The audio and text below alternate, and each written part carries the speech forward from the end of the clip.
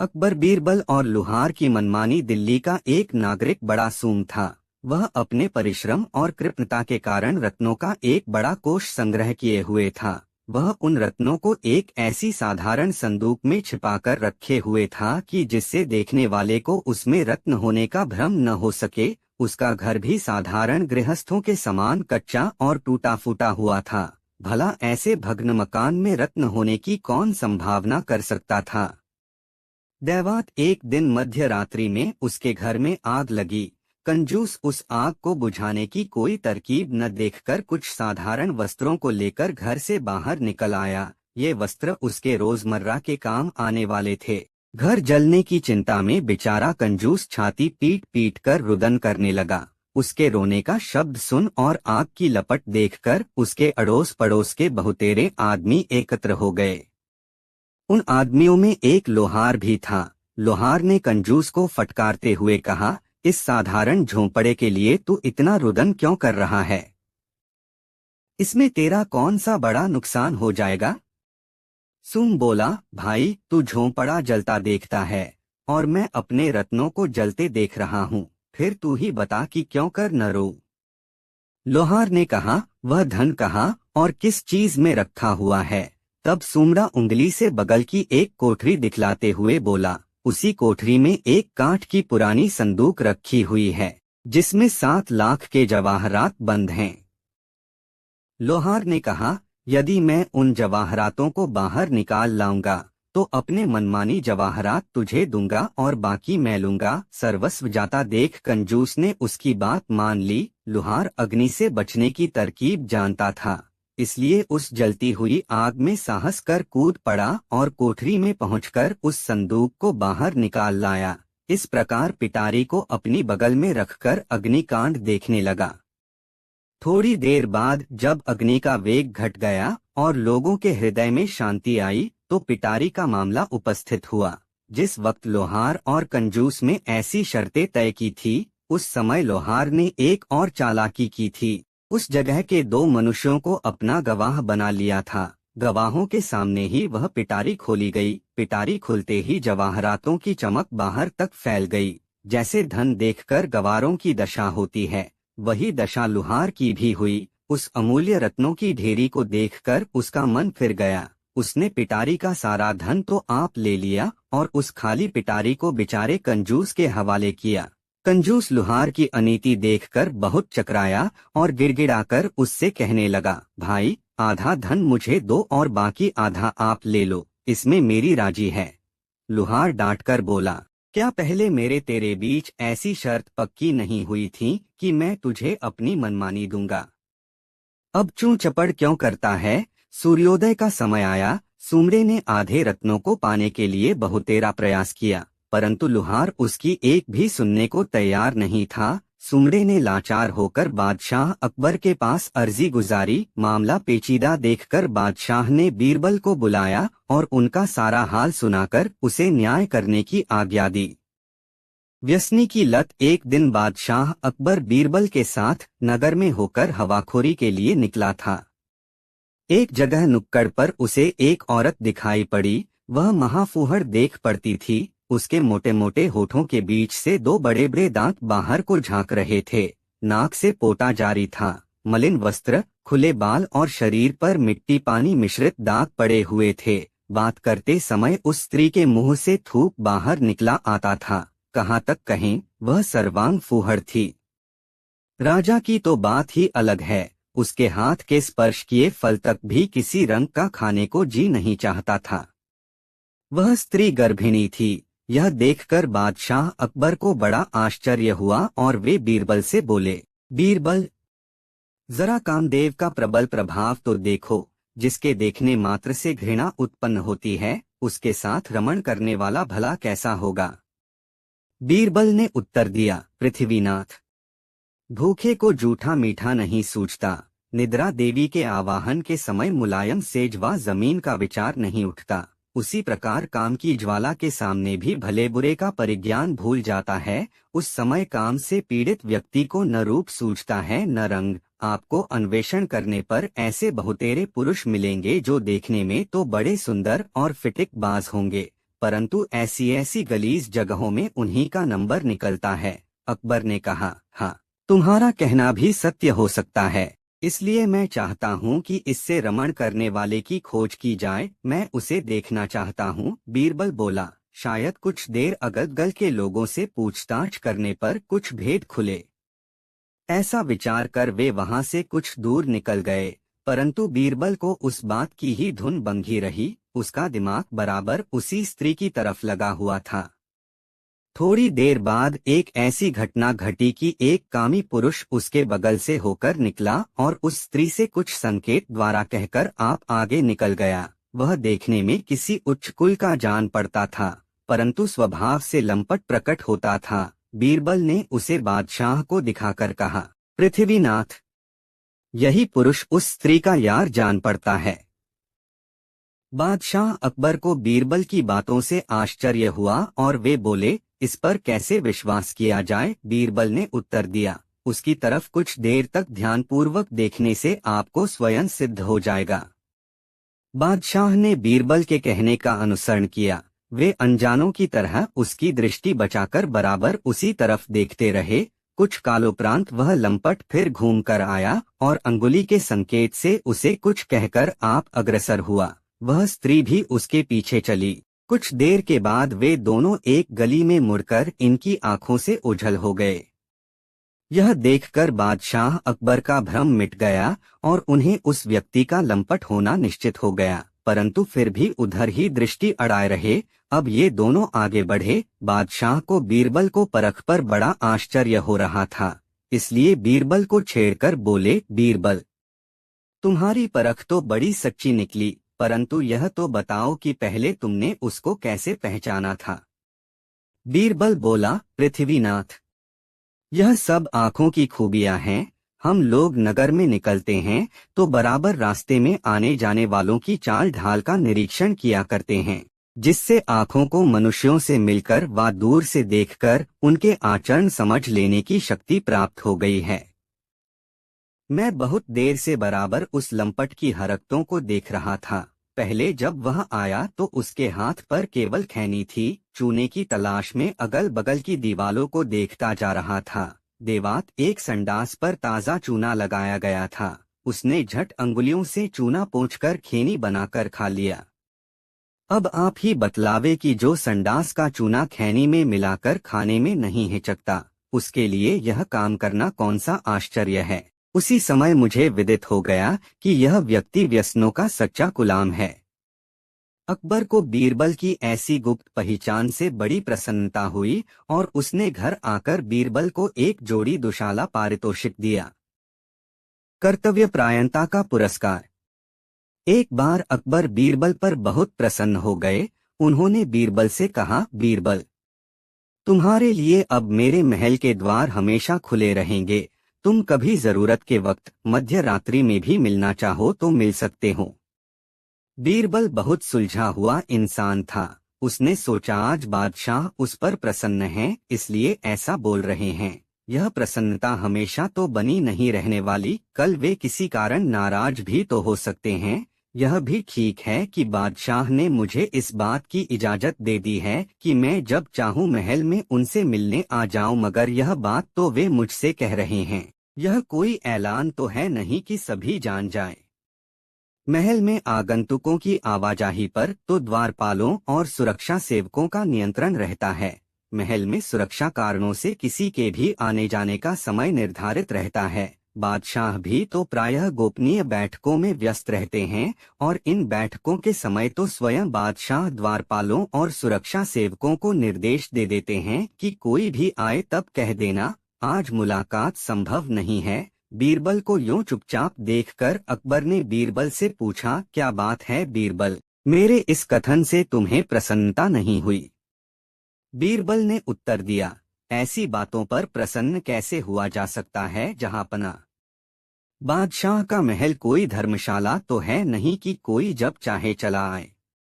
बादशाह का जीवन नियमों में बंधा होता है। उसकी दिनचर्या निर्धारित रहती है। रोज उसे तय करना पड़ता है कि कल वह किससे मिले, क्यों मिले और क्या बातें करे। ऐसे में मैं या कोई अन्य कैसे जब चाहे आपसे मिल सकता है। वैसे यह आपकी जर्रानबाजी है कि आपने मेरे लिए महल का द्वार हमेशा खुला रहने की बात कही है। यह मेरे लिए किसी भी सम्मान से बढ़कर है। बीरबल की बातें सुनकर अकबर मुस्कुराए और कहा, तो बीरबल, तुम्हें लगता है कि मैंने यह बात यूं ही कह दी है? बीरबल ने संकुचित होते हुए कहा, जहांपना, यह इजाजत आपने दी है, मगर द्वार पर रोकने के लिए द्वारपाल और सुरक्षा सेवकों का घेरा रहता है। अकबर ने हंसते हुए कहा, बस इतनी सी बात, और उन्होंने अपनी उंगली से एक अंगूठी निकाली और बीरबल की तरफ बढ़ाते हुए कहा, बीरबल, यह अंगूठी अपने पास रखो और जब कभी भी तुम मुझसे मिलने आना चाहो इसे द्वारपाल को दिखा देना, तुम्हें प्रवेश मिल जाएगा। यह शाही अंगूठी है जो केवल महल से जुड़े लोगों के पास ही है। और अगर आप गोपनीय बैठक में हो तथा सुरक्षा सेवकों को कह रखा हो कि किसी से नहीं मिलेंगे, तब? बीरबल ने पूछा। तब भी बीरबल, हाँ, ऐसे समय में तुम यह अंगूठी किसी कागज में लपेटकर मेरे पास भेज देना। मैं गोपनीय बैठक के दौरान भी समय निकालकर तुमसे अवश्य मिलूंगा। यह मेरा आश्वासन है जिस पर तुम्हें विश्वास करना चाहिए। बीरबल ने कृतार्थ भाव से अकबर की अंगूठी ले ली और अपनी उंगली में डाल ली। समय वैसे ही बीत रहा था जैसे बीता करता है। दिल्ली के तख्त पर बैठे अकबर में साम्राज्य विस्तार की ललक तो छुटपन से ही थी, इसलिए बादशाह बनने के बाद ही अकबर ने सामरिक तैयारियां शुरू कर दी थीं। उन्होंने शाही सेना को अस्त्र शस्त्र, घोड़े, हाथी आदि से इस तरह लैस कर लिया था कि कोई भी शाही सेना से मुकाबला करने का साहस नहीं कर पाता था। छोटे रजवाड़े तो अकबर की धमकी मात्र से घुटने टेक देते थे। उनकी सल्तनत में एक दौर ऐसा भी आया जब सेना के जवान निरंतर युद्धाभ्यास में लगे रहते और सीमांत क्षेत्रों में युद्ध के बादल मंडराते रहते थे। युद्धाभ्यास और सीमांत क्षेत्रों की सैन्य चौकसी से संबंधित जानकारियों की समीक्षा स्वयं अकबर किया करते थे। अपने सहयोग के लिए उन्होंने बीरबल को सबसे विश्वसनीय मानकर सूचना केंद्र का प्रभारी नियुक्त किया था। सीमांत क्षेत्रों की सैन्य गतिविधियों की सूचनाएं बीरबल तक सीधे पहुंचती थीं और बीरबल के माध्यम से बादशाह तक जाती थीं। माघ का महीना था, कड़ाके की ठंड पड़ रही थी। आसमान में बादल भी छाए हुए थे और ठंडी हवाएं चल रही थीं। मध्य रात्रि का सन्नाटा दूर दूर तक पसरा हुआ था। बीरबल के घर पर अचानक सीमांत क्षेत्र का एक मुखबिर पहुंचा और उसने बीरबल के दरवाजे पर दस्तक दी। बीरबल ने जगकर दरवाजा खोला।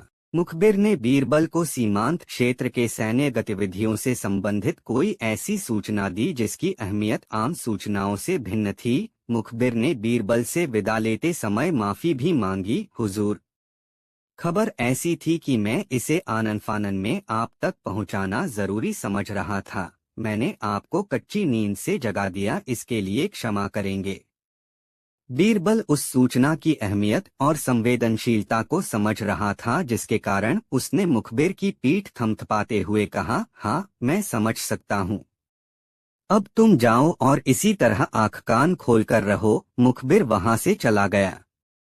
बीरबल अपने कक्ष में आया और थोड़ी देर तक विचारपूर्ण मुद्रा में रहा। सूचना इतनी महत्वपूर्ण थी कि अविलंब उस पर बादशाह की मंशा जानकर सैनिकों के लिए निर्देश जारी किया जाना था। बीरबल ने खिड़की से बाहर देखा। मौसम कहर बरपा रहा था। शीतलहरी थी। ऐसा प्रतीत हो रहा था कि कभी भी वर्षा होने लगेगी। रात गहराती जा रही थी। सो अलग मौसम की तमाम प्रतिकूलताओं को देखने और महसूसने के बाद भी बीरबल अपने कक्ष में बैठा नहीं रह सका। वह वहां से उठा, अस्तबल में पहुंचा और बिना वस्त्र बदले ही अकबर के महल की ओर चल पड़ा। इधर घोड़े ने दौड़ना शुरू ही किया था कि बारिश की महीन झड़ी लगनी शुरू हो गई। महल तक पहुंचते पहुंचते बीरबल भीग चुका था। ठंड से कांपते हुए बीरबल ने घोड़े पर बैठे बैठे ही द्वारपाल को आवाज लगाई। एक सामान्य वस्त्रधारी भीगे घुड़सवार को देखकर द्वारपाल ने समझा कि कोई राहगीर पनाह की चाह में आवाज लगा रहा है, मगर जब उसने अपनी उंगली में पहनी शाही अंगूठी उसे दिखाई तब द्वारपाल ने द्वार खोल दिया। बीरबल ने घोड़े से उतरकर वहीं अपना घोड़ा छोड़ दिया और वर्षा की परवाह किए बिना ही वह अकबर के महल की ओर बढ़ गया। अकबर का महल मध्य रात्रि के बाद भी रोशन था। झाड़फानूस से फैलती रोशनी आंखें चूंधिया देने के लिए काफी थी। जैसे जैसे वह महल के करीब पहुंचता जा रहा था वैसे वैसे उसे यह विश्वास होता जा रहा था कि अकबर के महल में लोग जाग रहे हैं और वहां कुछ गतिविधियां अवश्य चल रही हैं। महल के पास पहुंचने पर उसे सुरक्षा सेवकों ने घेर लिया। बीरबल ने सुरक्षा सेवकों को लाख समझाया कि उसे बादशाह से अभी मिलना राष्ट्रहित में है तथा बादशाह से किसी भी वक्त मिलने का विशेषाधिकार उसे प्राप्त है, इसलिए उसे रोका न जाए। मगर सुरक्षा सेवकों ने उसकी कोई बात नहीं सुनी और सुरक्षा अधिकारी के पास उसे लेकर आ गए। जब बीरबल ने सुरक्षा अधिकारी को शाही अंगूठी दिखाई और बादशाह से मिलने का विशेषाधिकार प्राप्त होने की बात कही तब उस सुरक्षा अधिकारी ने उसे सम्मानपूर्वक बैठा तो लिया मगर बादशाह के महल में प्रवेश की इजाजत यह कहते हुए नहीं दी कि अभी बादशाह सलामत काबुल के बादशाह के साथ कुछ गोपनीय बातों में मशगूल हैं, इसलिए इस बातचीत के दरमियान किसी को भी वहां दखल देने की इजाजत नहीं दी जा सकती। थकहारकर बीरबल ने अपनी उंगली से बादशाह की दी हुई अंगूठी निकाली और उसे एक कागज में लपेटकर सुरक्षा अधिकारी को देते हुए कहा, आप बस इतनी कृपा करें कि इसी तरह कागज में लिपटी अंगूठी बादशाह तक पहुंचा दें, वे मुझे अवश्य बुलवा लेंगे। सुरक्षा अधिकारी इस बात के लिए राजी हो गया और कागज में लिपटी अंगूठी लेकर उस कक्ष में गया जहां बादशाह काबुल से आए मेहमान से बातें करने में मशगूल थे। सुरक्षा अधिकारी को साहस नहीं हुआ कि वह कुछ बोले, इसलिए उसने कागज में लिपटी अंगूठी बादशाह के सामने की मेज पर रख दी और वहां से लौट आया। कुछ समय गुजर जाने के बाद भी जब अकबर का बुलावा नहीं आया तब बीरबल ने सुरक्षा अधिकारी से पूछा, आपने कागज में लिपटी अंगूठी बादशाह सलामत के हाथ में दी थी? नहीं, मैंने उसे उनके सामने की मेज पर रख दिया था, वे बातें करने में व्यस्त थे, सुरक्षा अधिकारी ने उत्तर दिया। अब बीरबल ने समझ लिया कि जब बादशाह की नजर उस पर पड़ेगी तब ही वे उसे बुलाएंगे। हालांकि अब बारिश रुक गई थी मगर ठंडी हवाएं अभी भी चल रही थीं और वह भीग जाने के कारण ठंड से थरथर कांप रहा था। उसने देखा कि सुरक्षा सेवक बाहर अलाव जलाकर आग ताप रहे हैं, तब उससे रहा नहीं गया। उसने सुरक्षा अधिकारी से कहा, मैं आग तापने अलाव के पास जा रहा हूँ, बादशाह का बुलावा आए तब मुझे अवश्य सूचित कीजिए। काबुल के बादशाह से बातचीत करते समय अकबर ने देख लिया था कि सुरक्षा अधिकारी उसकी मेज पर कुछ रख गया है। बातचीत करते हुए ही मेज से वह कागज उठाकर खोला तो उससे अंगूठी निकली। एक झटके में उन्हें याद हो आया कि यह अंगूठी बीरबल को दी गई थी। जरूर किसी आवश्यक काम से बीरबल आया हुआ है। अपने मेहमान से शिष्टाचारवश क्षमा मांगते हुए अकबर कक्ष से बाहर निकले और सुरक्षा अधिकारी के पास पहुंचकर पूछा, कहाँ है बीरबल? उन्हें आने से क्यों रोका? बीरबल का नाम उस अधिकारी ने सुन रखा था मगर उसे पहचानता नहीं था। बादशाह के स्वयं आने पर वह बीरबल की अहमियत समझ गया। उसने अकबर को बताया, बीरबल बाहर सुरक्षा सेवकों के साथ अलाव ताप रहे हैं। अकबर सुरक्षा अधिकारी के कक्ष से निकलकर तेज कदमों से अलाव के पास आए। बीरबल ने अकबर को स्वयं आया देख उनका अभिवादन किया और उनके पास पहुंचकर धीरे से मुखबिर द्वारा दी गई सूचना उन्हें दी। सूचना मिलते ही अकबर बहुत खुश हो गए और बीरबल को सीने से लगाते 28 तारीख को था। वे कहा, बीरबल, तुम नहीं जानते कि किस शिद्दत से मैं इस सूचना का इंतजार कर रहा था। खैर, तुम इसकी चिंता अब मत करो, मैं देख लूंगा कि अब क्या करना है। बीरबल वहां से जाने लगा तब अकबर ने कहा, अब मैं तुम्हें इन गीले कपड़ों में तो जाने नहीं दूंगा, जाओ मेरे साथ। सुरक्षा अधिकारी के कक्ष से गुजरकर ही उन्हें अपने कक्ष में जाना था। जब वे सुरक्षा अधिकारी के कक्ष में प्रवेश कर रहे थे तब सुरक्षा अधिकारी बीरबल से क्षमा याचना करने लगा कि उसने उन्हें नहीं पहचाना। इस पर अकबर उस सुरक्षा अधिकारी पर नाराज होने लगे। तभी बीरबल ने हस्तक्षेप करते हुए कहा, जहांपनाह, सुरक्षा अधिकारी ने काबिले तारीफ काम किया है, उसे तो इनाम मिलना चाहिए, डांट नहीं। अकबर ने तत्काल अपने क्रोध पर काबू पा लिया और बीरबल से कहा, तुम ठीक कहते हो बीरबल, और बीरबल के साथ अपने कक्ष में चले गए। बीरबल पर जुर्माना। बादशाह अकबर से बीरबल ने एक बार विनती की, जहांपनाह, जब भी कभी मुझसे भविष्य में कोई अपराध हो जाए तो उसका न्याय करने के लिए जो पंच हो, उसका चुनाव मैं खुद ही करूं। बीरबल की विनती बादशाह ने स्वीकार कर ली और उन्हें वचन भी दे दिया। बादशाह एक बार जो कह देते थे वे उस पर अडिग रहते थे, इसलिए बीरबल बहुत खुश हुए। आखिर एक बार बीरबल से गुनाह हो ही गया। बादशाह ने बीरबल को एकांत में बुलाया और कहा, आपने जो कसूर किया है उसकी सजा तो जरूर मिलेगी। मौके का लाभ उठाते हुए बीरबल ने बादशाह को उस दिए हुए वचन की याद दिलाई। बादशाह ने उन्हें पंच चुनने की अनुमति दे दी। बीरबल ने अपना पंच 5 चमारों को बनाया। बादशाह को घोर आश्चर्य हुआ, ये चमार न्याय कैसे करेंगे। पंच बने उन 5 चमारों को बीरबल के अपराध की सारी जानकारी देने के बाद उन्हें न्याय करने का आदेश दिया गया। चमारों को यह सम्मान पाने पर बड़ी खुशी हुई, साथ ही उनमें बदला लेने की भावना भी जाग उठी। पंच सोच रहे थे, यह बीरबल कई बार उन्हें प्रताड़ित कर चुका है, इससे बदला लेने का फिर कभी ऐसा मौका हाथ नहीं आएगा। ऐसा दंड देना चाहिए जिससे बीरबल को अच्छी तरह से सबक मिले, फिर वह कभी भविष्य में हमारे साथ तो क्या किसी के साथ भी बुरा व्यवहार करने की हिम्मत न कर सके। एक पंच बोला, भाइयों, इस बीरबल ने अपराध तो भयंकर ही किया है, इसलिए इस पर 7 बीसी और 10 रुपए का जुर्माना होना चाहिए। दूसरा पंच जुर्माने की इतनी बड़ी रकम सुनकर सिहर उठा, सोचने लगा इसका तो घर ही चौपट हो जाएगा, इसके बाल बच्चों पर भी इसका बुरा असर पड़ेगा। सब बातें सोचकर उसने जुर्माने की रकम घटाकर सिर्फ 5 बीसी रुपए 1000 रुपए रखने की बात कही। तीसरे पंच को यह जुर्माना अभी भी ज्यादा लगा। उसने भी अपने विचार प्रकट किए और जुर्माने की रकम घटाकर 3 बीसी रुपए ही रखने का प्रस्ताव किया। फिर वह बोला, इतना जुर्माना काफी है, लेकिन पंच चाहे तो 10 रुपया और बढ़ा सकते हैं। इस प्रकार जुर्माना 3 बीसी और 10 रुपया 70 रुपए, कोई कम जुर्माना नहीं है।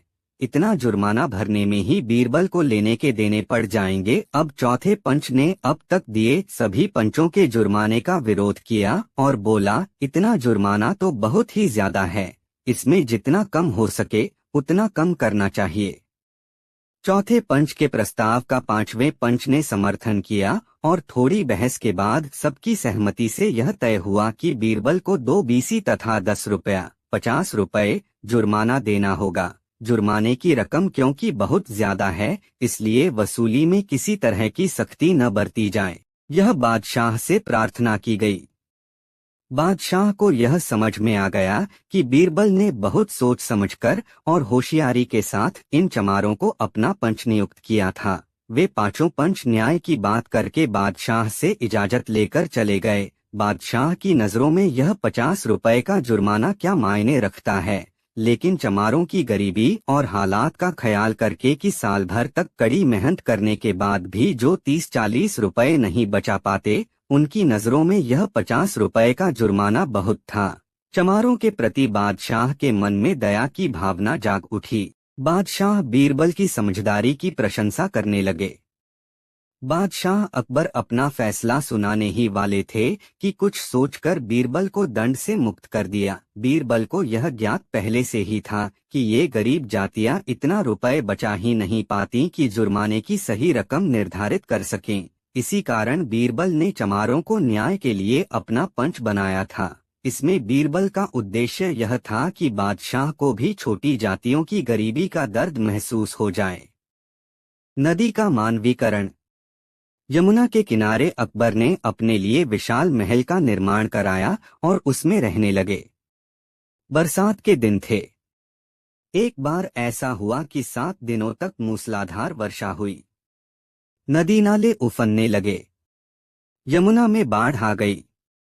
अकबर का महल भव्य था और जमीन से काफी ऊंचाई पर उसका निर्माण कराया गया था, जिसके कारण न तो महल तक बाढ़ का पानी पहुंच पाया और न ही लगातार बारिश होने से ही उसे कोई नुकसान हुआ। अकबर चैन से अपने महल में रह रहे थे। महल में उनका शयन कक्ष यमुना के किनारे था, जिसके कारण उनके कमरे की दीवार से यमुना का पानी आकर टकराने लगा। पानी टकराने से एक अजीब सा शोर उत्पन्न होता और धीरे धीरे उसकी अनुगूंज हवा में विलीन होती। एक रात जब अकबर सोए हुए थे, तब फिर से मूसलाधार बारिश होने लगी। यमुना की लहरों में तीव्रता आ गई और ये लहरें जाकर अकबर के शयन कक्ष की मजबूत दीवार से टकराने लगीं। छपाक छपाक। पानी के इस अजीब शोर के कारण अकबर की नींद खुल गई। वह अपनी शैया से उठे और खिड़की खोलकर बाहर झांकने लगे। वह उस शोर का कारण जानना चाह रहे थे, जिसके कारण उनकी नींद खुल गई थी। अंधेरे में दूर तक अकबर को पानी के सिवा कुछ और नहीं दिखा। वर्षा के शोर की सरसराहट के बीच यमुना की लहरों के महल की दीवार से टकराने के कारण एक अजीब सी ध्वनि पैदा हो रही थी। देर तक अकबर पानी का शोर सुनते रहे और उन्हें महसूस हुआ कि यह शोर और कुछ नहीं, नदी के रुदन का स्वर है। अकबर का मन यह सोचकर विह्वल हो गया। नदी रो रही है। ऐसा सोचकर अकबर के रोंगटे खड़े हो गए। उनके मन में सवाल उठा, आखिर नदी रो क्यों रही है? मगर मन में उठते इस सवाल का कोई जवाब उन्हें नहीं मिला। वह खिड़की बंद करके पुनः अपनी शैया पर पहुंच गए, मगर नींद उनकी आंखों से कोसों दूर जा चुकी थी। बहुत बेचैनी से अकबर ने वह रात गुजारी। बार बार उनके मन में यही सवाल उठता, आखिर नदी रो क्यों रही है? दूसरे दिन अकबर जब दरबार में आए तो दरबारियों से पूछने लगे, नदी क्यों रोती है? दरबारी से अकबर के सवाल का जवाब नहीं बन पड़ा। अंत में अकबर ने बीरबल से भी वही सवाल किया। बीरबल ने अकबर से पूछा, जहांपना, आपने नदी को रोते कहाँ सुना है? अपने शयन कक्ष में, अकबर ने जवाब दिया। बीरबल ने अकबर से कहा, जहांपना, मेरी गुजारिश है कि मुझे अपने दौलत ड्योढ़ी पर। एक दिन बादशाह ने किसी कार्य में त्रुटि के कारण अपने दौलत नाम के एक पुराने सेवक को नौकरी से निकाल दिया। बेचारा सेवक अपने बचाव का कोई दूसरा उपाय न देखकर बीरबल के पास पहुंच गया। उसने सारी घटना बीरबल को कह सुनाई। उसकी बात सुनकर बीरबल बोले, तुम एक बार फिर महल में जाकर कहो कि दौलत ड्योढ़ी पर हाजिर है, हुक्म हो तो रह जाएं। सेवक ने वैसा ही किया। बादशाह ने उसे बुलाकर कहा, दौलत मेरे यहाँ हमेशा कायम रहे। बादशाह और उस नौकर की उन अर्थ भरी बातों को समझकर सभी दरबारी हंसने लगे। बीरबल की बुद्धि से उस बेचारे सेवक की जीविका बनी रह गई। इंसान कब चुप हो? बीरबल और बादशाह अकबर दोनों एक साथ बैठे हुए थे। बादशाह ने अचानक बीरबल से एक प्रश्न पूछा, बीरबल, आज एक बात बताओ कि जीवन में ऐसा अवसर कब आता है जबकि इंसान को चुप हो जाना चाहिए? बीरबल ने हंसकर उत्तर दिया, हुजूर, अपनी ही गलती का आभास होने पर। बादशाह अकबर को अपने प्रश्न का सही उत्तर मिल गया। बादशाह की कसम, एक दिन एक बूढ़े ब्राह्मण को किसी विशेष अपराध में गिरफ्तार करके अकबर के दरबार में लाया गया। बादशाह ने उसे अपराधी जानकर फांसी की सजा सुना दी। उसी समय बीरबल भी वहां आ पहुंचे। बादशाह ने बीरबल से कहा, देखो बीरबल, मैं तुम्हें पहले ही समझा रहा हूं कि इस बूढ़े आदमी की सिफारिश न करना।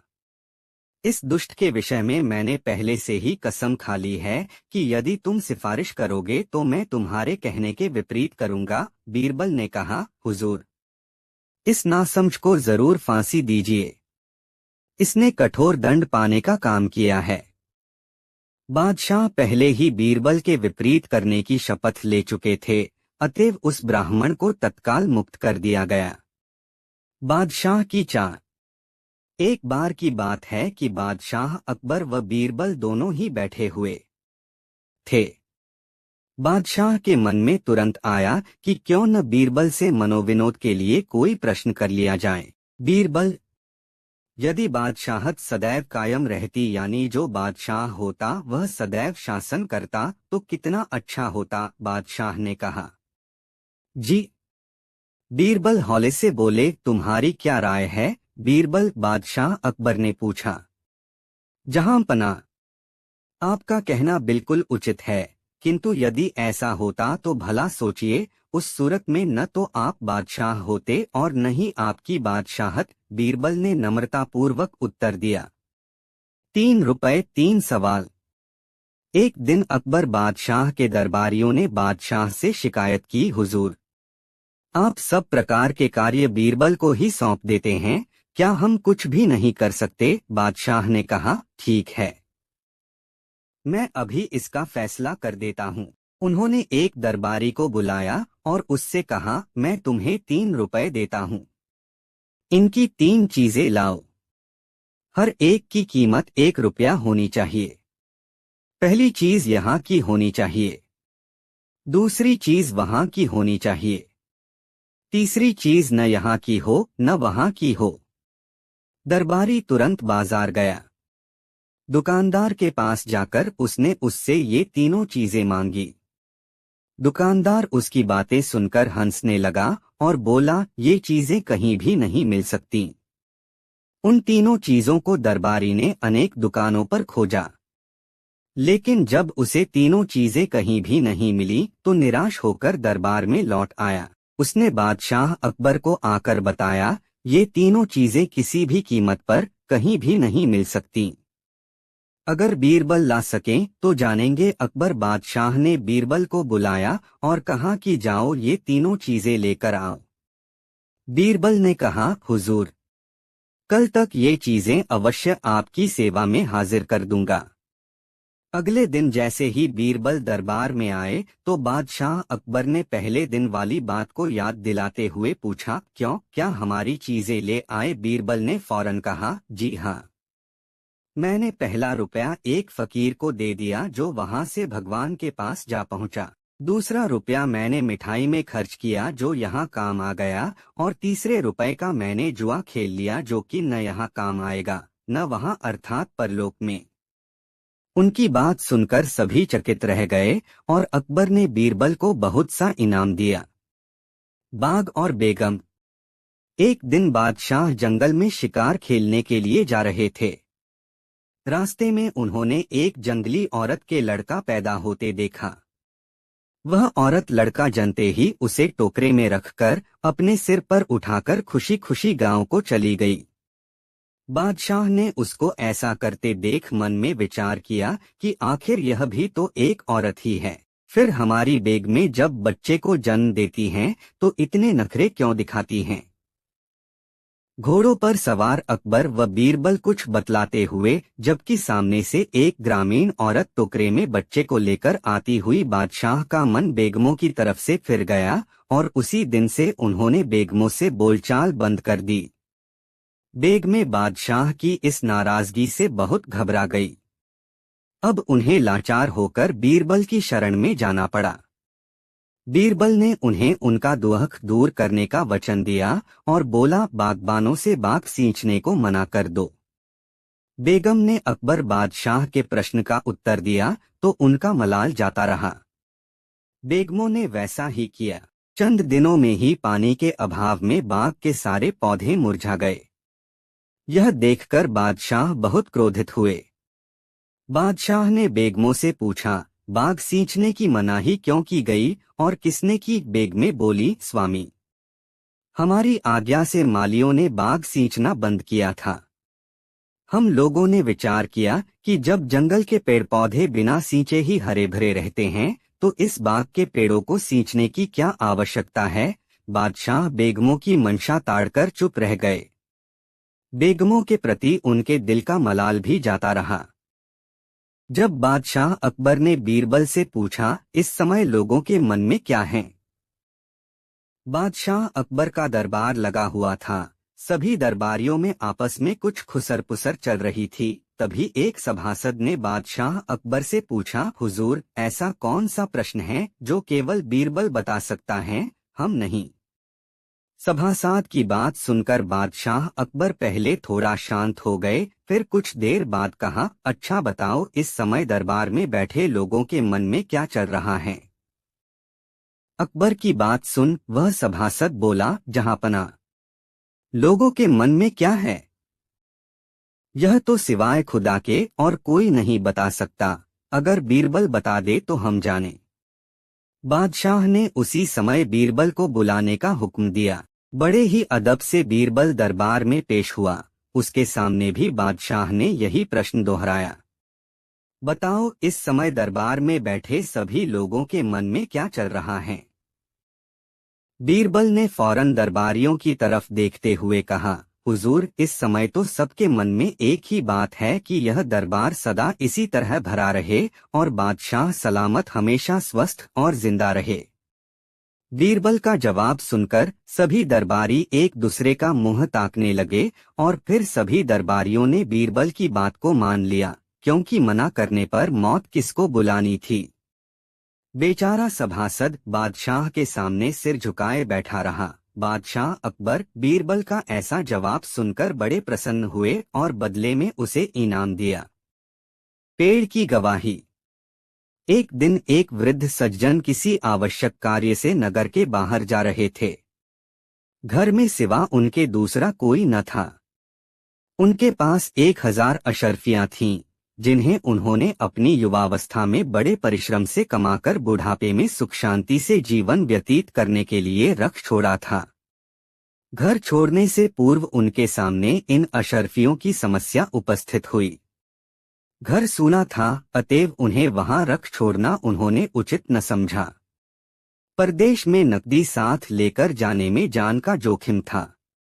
ऐसी स्थिति में उन्होंने अपने एक युवक मित्र के यहाँ अशर्फियां रखने का निश्चय किया। तदनुसार अपने मित्र के पास जाकर अपना निवेदन किया। मित्र महोदय ने उनकी बहुत आवभगत की, अपनी ईमानदारी की छोटी छोटी कहानियां भी सुनाई।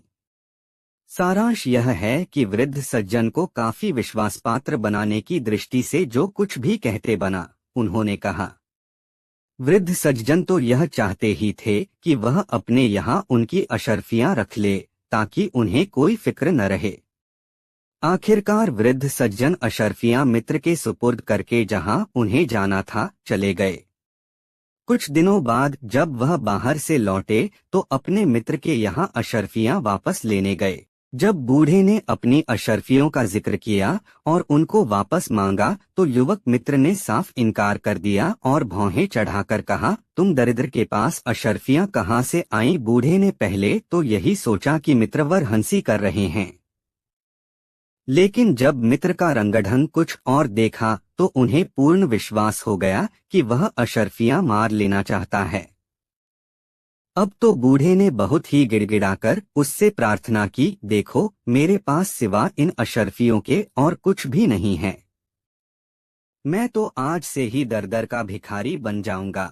आप भले आदमी हैं, मेरी परेशानी में काम आए हैं, फिर आपको ऐसी बात शोभा नहीं देती। बूढ़े के इन वाक्यों से चिढ़कर युवक ने उसे धक्का देकर 2-4 भली बुरी बातें सुनाकर अपने घर से बाहर निकाल दिया। बेचारा बूढ़ा रोता हुआ अपने घर आया और पास पड़ोस के लोगों से इस बात की चर्चा की, परंतु कोई भी इस परेशानी में आश्वासन या किसी प्रकार की मदद न कर सका। अंत में जब उसे हालत से लाचार होना पड़ा तो उसने अकबर बादशाह के दरबार में फरियाद की। अकबर बादशाह ने इस मामले का भार बीरबल को सौंप दिया।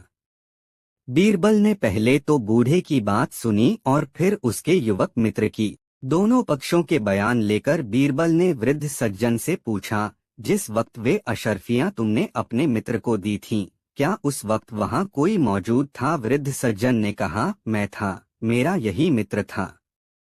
हाँ, उस स्थान पर एक आम का पेड़ था जिसकी जड़ पर हम दोनों बैठे थे, इसके अलावा तीसरा कोई नहीं था।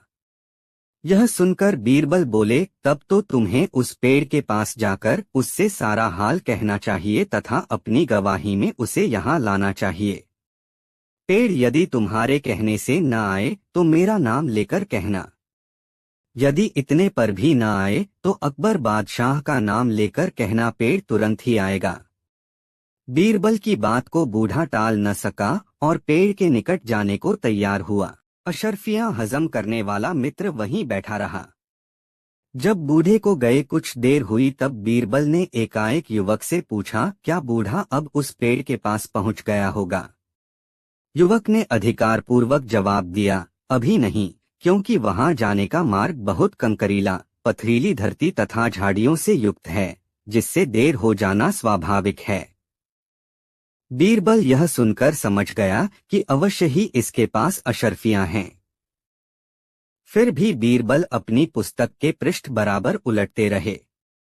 कुछ देर बाद बूढ़ा वापस आया। उसके मुख पर निराशा छाई हुई थी। आते ही उसने बीरबल से अर्जी की, दीवान साहब, मैंने उस पेड़ से आपका, यहाँ तक कि अकबर बादशाह का नाम कई बार लेकर प्रार्थना की कि चल मेरी गवाही दे, लेकिन वह डिगा न। उसने कुछ जवाब दिया।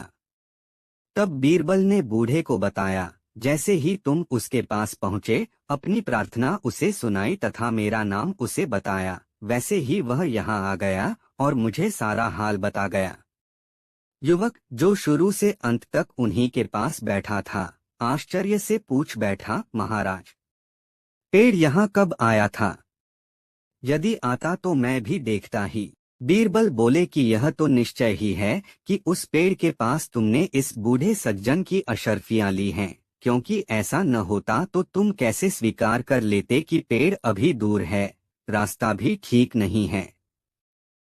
इन सब बातों से स्पष्ट है कि अवश्य ही तुम उस पेड़ से परिचित थे और वह स्थान तुम्हें मालूम था। यदि ऐसा न होता तो तुम उसी वक्त आश्चर्य में आकर कहते, कौन सा पेड़? आथ तुमने अशर्फियां जरूर ली हैं। यदि तुम भले आदमी हो तो अब ठीक ठीक बता दो, अन्यथा तुम्हारे साथ भी अब वही सलूक किया जाएगा जो चोरी करने वाले के साथ होता है। वह कुछ उत्तर न दे सका। उसने अशर्फियों का लेना स्वीकार कर लिया। बीरबल की आज्ञा से युवक ने अशर्फियां बूढ़े को वापस दे दी। इसके बाद बीरबल ने युवक को शासन विधान के अनुसार दंड दिलवाया। काजी की धूर्तता। दिल्ली में फौजिया बीवी नाम की एक औरत रहती थी। उसका पति मर गया था और संतान भी उसके कोई न थी। एक दिन उसने अपने बाकी दिन काटने के ख्याल से हज करने के लिए मक्का मदीना जाने का इरादा किया। यह विचार पक्का करके उसने अपने कुल 6 आभूषणों को बेचकर सोने की मोहरें खरीदीं और अपने खर्च के लिए कुछ मोहरें बाहर रखकर बाकी 800 मोहरें एक मजबूत थैली में बंद कर उसके मुंह पर लाख की मुहर लगा दी। फौजिया बीवी के पड़ोस में एक काजी भी रहता था, जिसे लोग बड़ा त्यागी और ईमानदार बताते थे। उसने उसी के यहाँ अपनी थैली रखने का विचार किया। दूसरे दिन वह थैली को लेकर काजी के घर पर गई और उससे बोली, इस नगर में आप सबसे अधिक सच्चे मनुष्य हैं, इसलिए इस थैली को आपके पास रखकर मैं हज करने जाना चाहती हूँ। इसमें 800 मोहरें हैं। यदि मैं जीती जागती वापस आ गई तो इनको वापस ले लूंगी, और यदि कहीं उधर ही मर गई तो आप मालिक हैं ही, जो आपकी इच्छा हो सो करना। यह सुनकर काजी ने कहा, बीवी, जो आपकी इच्छा हो सो रख जाइए, आपकी हर चीज बहुत हिफाजत से रहेगी। फौजिया मोहरों की थैली काजी को देकर हज करने के लिए चली गई। उस औरत ने थैली में मोहरें भरते समय हर एक मोहर पर एक छोटा सा चिन्ह लगा दिया। चिन्ह इतना छोटा था कि हाथ में लेकर देखने से किसी को डोट सहसा दिखाई ही नहीं देता था। जब वह औरत सफर से 5 वर्ष तक न लौटी तो काजी की नीयत बिगड़ी। उसने 800 मोहरें पचा जाने का फैसला किया। कुछ दिन तक सोच विचार करके उसने एक तरकीब निकाली और उसी के अनुसार कार्रवाई करके मोहरों को निकाल लिया।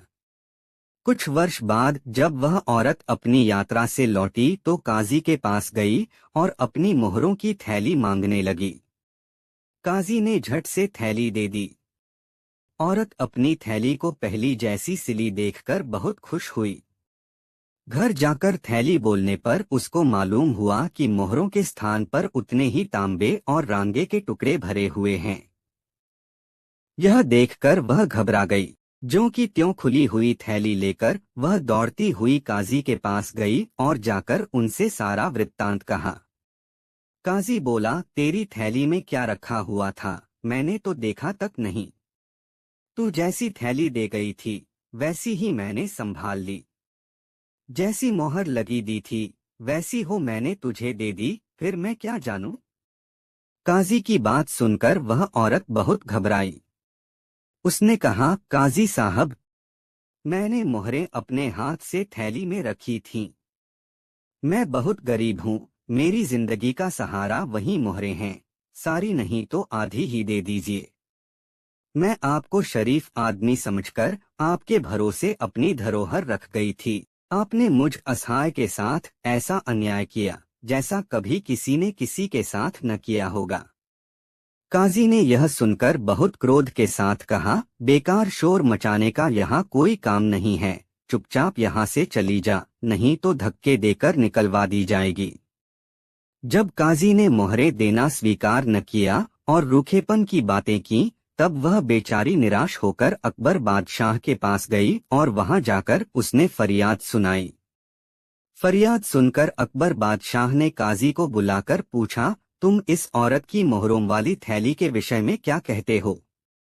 काजी बोला, कुछ वर्ष पूर्व यह औरत मेरे यहाँ एक थैली रख गई थी। जब यह लौटकर मेरे पास अपनी मोहरें लेने आई तो मैंने जैसी मोहर लगी थैली यह दे गई थी वैसी ही लौटा दी।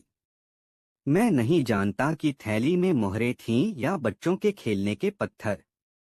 काजी का जवाब सुनकर अकबर बादशाह को संदेह हुआ और उसने उसको घर जाने की आज्ञा देकर औरत से कहा, तुम चिंता मत करो, आनंदपूर्वक अपने घर में रहो, थोड़े ही दिन में तुम्हें तुम्हारी मोहरें मिल जाएंगी। अकबर बादशाह ने यह मामला बीरबल को न्याय करने के लिए सौंप दिया। बीरबल ने उस औरत से थैली ले ली और उसे अपने घर ले गए। वहां जाकर वैसी ही कुछ थैलियां मंगवाकर उसमें कुछ भरकर लाख की मोहर लगाई। फिर सभी थैलियों में एक एक छेद कर दिया और दिल्ली के सभी रफूगरों को एक एक करके बुलवा भेजा। प्रत्येक रफूगर को एक एक थैली दी गई और उनसे उन थैलियों के छेदों को रफू कराया गया। उन सब थैलियों में एक रफूगर की थैली बिल्कुल कमाल की थी। उसे बारीकी से देखकर छेद का पता ही नहीं चलता था। बीरबल ने उसे अकेले में बुलाकर डराया धमकाया तो उसने काजी की थैली रफू करना स्वीकार कर लिया। बीरबल ने पूछा, तुमने यह थैली कब रफू की थी। रफूगर ने कहा, हुजूर, शायद 2 वर्ष हुए होंगे। तब एक काजी ने मेरे पास आकर यह थैली रफू करवाई थी। बीरबल ने पूछा, उस थैली में क्या था। तुझे मालूम है, उसमें कुछ तांबे और रांगे के टुकड़े भरे हुए थे। इस काम के लिए तुझको क्या मिला था। 2 मोहरें। तुमने मोहरें भुनवाली या ज्यों की त्यों रखी हैं। एक तो भुनवाली और एक मेरे पास है। जाओ, उस मोहर को लेकर शीघ्र यहाँ आओ। रफूगर मोहर लेने गया। तब बीरबल ने उस औरत और काजी को बुलवाया। थोड़ी देर में रफूगर भी मोहर लेकर आ पहुंचा। काजी उसे देखते ही फीका पड़ गया। बीरबल उसकी शक्ल देखकर तुरंत ताड़ गए और उन्होंने उस रफूगर से मोहर लेकर उस औरत के हाथ में दी और कहा, तुम अपने कथनानुसार इस पर चिन्ह दिखलाओ। उस स्त्री ने मोहर देखकर वह चिन्ह बीरबल को दिखलाया। फिर बीरबल ने रफूगर को थैली दिखाकर पूछा, क्यों, यह वही थैली है। हाँ हुजूर, यह वही थैली है। तुमने किस जगह रफू किया था, बताओ, यह देखिए। बीरबल ने काजी की ओर देखकर कहा, क्यों, अब तुम क्या जवाब देते हो। काजी से इसका कुछ जवाब न बन पड़ा और वह नीचे की ओर देखने लगा। बीरबल ने तुरंत उसे कैद करने की आज्ञा दी और उसके मकान की तलाशी ली गई। जहां सब मोहरें एक थैली में भरी हुई थीं। उस औरत ने सब मोहरों पर अपना चिन्ह दिखाया। बीरबल ने उस औरत को सभी मोहरें देकर विदा किया। रफूगर को भी 2 मोहरें इनाम में दी गईं और काजी की सारी जायदाद जब्त कर ली गई। अकबर बादशाह बीरबल के इस न्याय से बहुत खुश हुए। दर्पण झूठ न बोले। बादशाह अकबर के राज्य में एक धूर्त महाजन किसी न किसी को प्रायः गुप्त रूप से परेशान करता रहता था, लेकिन देखने में वह काफी भला लगता था। उसमें एक बड़ा ही विलक्षण गुण था, वह अपना रूप बड़ी होशियारी से बदल लेता था। इस कारण उसके परिचित लोग भी दंग रह जाते थे। एक बार उस महाजन ने किसी चित्रकार को अपना एक चित्र बनाने का हुक्म दिया। कुछ दिन बाद चित्रकार महाजन का बढ़िया सा चित्र बनाकर ले आया। चित्र देखकर उसने अपनी भाव मुद्राएं तुरंत बदल लीं। चित्रकार ने उसके चेहरे से अपने चित्र का मिलान किया तो उसमें बहुत अंतर पाया। लाचार होकर वह चित्र लेकर घर लौट आया। फिर जिस रूप में महाजन को देखा था वैसा ही चित्र बनाने लगा। 2-3 दिन बाद उसके नए रूप का चित्र तैयार हो गया। वह उसे लेकर महाजन के यहाँ पहुँचा। महाजन अपनी पूर्व प्रकृति के अनुसार फिर अपने चेहरे में परिवर्तन लाकर चित्रकार के सामने उपस्थित हुआ और चित्र में खामियां निकालने लगा। इस बार भी चित्रकार की समझ में उसकी चालाकी नहीं आई। इस तरह कठोर परिश्रम से चित्रकार ने उसकी आकृति के अनुसार एक और चित्र तैयार किया और फिर महाजन के पास गया। लेकिन उस धूर्त महाजन ने चित्र में कई खामियां बताईं जो वास्तव में गलत थीं। अब चित्रकार की समझ में उसकी जालसाजी आ गई। चित्रकार ने जब अपना पारिश्रमिक मांगा तो महाजन ने चित्रकार को 2-4 खरी खोटी सुनाते हुए कहा, जब तक तुम मेरी असली सूरत का चित्र बनाकर नहीं लाओगे 1 पाई भी नहीं दूंगा। चित्रकार ने सभी चित्र बड़े परिश्रम से बनाए थे। वह दुखी होकर घर वापस आया और सारा हाल अपने मित्रों से कह सुनाया। मित्रों ने उसे बादशाह अकबर के यहाँ फरियाद करने की सलाह दी। वह अपनी फरियाद लेकर बादशाह के पास पहुंचा। बादशाह अकबर ने चित्रकार से सारे चित्र मंगवाए और फिर महाजन को बुलवाया। महाजन आया तो बादशाह ने उसे सच सच बोलने का आदेश दिया। यह सुनकर महाजन बोला, सरकार, मैंने चित्रकार को अपने रूप के मुताबिक ही चित्र बनाने को कहा था, लेकिन इसने जितने चित्र बनाए हैं वे सब मेरे चेहरे से नहीं मिलते हैं। बादशाह की समझ में कुछ भी नहीं आयो। जब उन्होंने अपने आप को न्याय करने में असमर्थ पाया तो बीरबल को बुलाकर सारा मामला सौंप दिया। बीरबल ने समझ लिया कि इस महाजन को शक्ल बदलने की कला आती है, जिससे यह चित्रकार को तंग कर रहा है। इसकी और कई जालसाजियों की खबर भी उनको पहले से थी। इसलिए उन्होंने चित्रकार से कहा, देखो, महाजन की शक्ल जैसी हम देख रहे हैं, ठीक ऐसी ही शक्ल का चित्र जब तुम बनाकर हमारे पास लाओगे तो तुमको उसका पुरस्कार दिया जाएगा। यह कहकर उन्होंने दोनों को जाने की आज्ञा दे दी। फिर बादशाह को सारा हाल सुना दिया। बादशाह को बड़ा आश्चर्य हुआ। अभी चित्रकार कुछ ही दूर गया होगा कि बीरबल ने अपना निजी सेवक भेजकर उसे बुलवा लिया। जब चित्रकार पुनः आया तो बीरबल ने उससे कहा, 2-3 दिन ठहरकर तुम बाजार से एक बड़ा शीशा खरीद लाना, जिसमें वह महाजन अपनी शक्ल अच्छी तरह से देख सके। उस दर्पण को लेकर तुम उसके मकान पर जाना और उससे कहना, आपका असली रूप इस चित्र में प्रकट होता है। वह दर्पण में अपनी शक्ल देखेगा तो जैसी शक्ल होगी वैसा ही रूप उसे दिखाई देगा। इस तरह वह परास्त हो जाएगा। यदि इतना होने पर भी वह बात बढ़ाए और रुपया न दे तो हमारे पास आना, हम प्रयत्न करके तुम्हें अवश्य ही तुम्हारा पारिश्रमिक दिलवा देंगे। यह परामर्श सुनकर चित्रकार मन ही मन प्रसन्न होकर बीरबल की युक्ति की सराहना करता हुआ घर लौट गया। कुछ दिन बीत जाने के बाद चित्रकार एक बड़ा सा शीशा बाजार से खरीदकर महाजन के पास गया और बोला, लीजिए, आपका सर्वोत्तम चित्र तैयार है। महाजन ने शीशा देखकर कहा, यह तो शीशा है, मुझे चित्र दिखाओ, वह कहाँ है? यही तो आपके रूप का असली चित्र है, चित्रकार ने कहा। महाजन समझ गया कि बीरबल ने चित्रकार को ऐसी युक्ति बताई होगी। उसने सोचा, यदि मैं स्वीकार नहीं करूंगा तो मेरी खैर नहीं है। फिर भयभीत होकर उसने 1000 रुपए उस चित्रकार को दे दिए। रुपए लेकर वह चित्रकार बादशाह के दरबार पहुंचा। बीरबल भी उस समय दरबार में उपस्थित था। चित्रकार ने महाजन द्वारा चित्र स्वीकार करने तथा पारिश्रमिक प्राप्त हो जाने का सारा हाल कह सुनाया, फिर उनसे आज्ञा लेकर अपने घर चला गया। बादशाह को बीरबल की युक्ति बहुत पसंद आई, वह अत्यंत प्रसन्न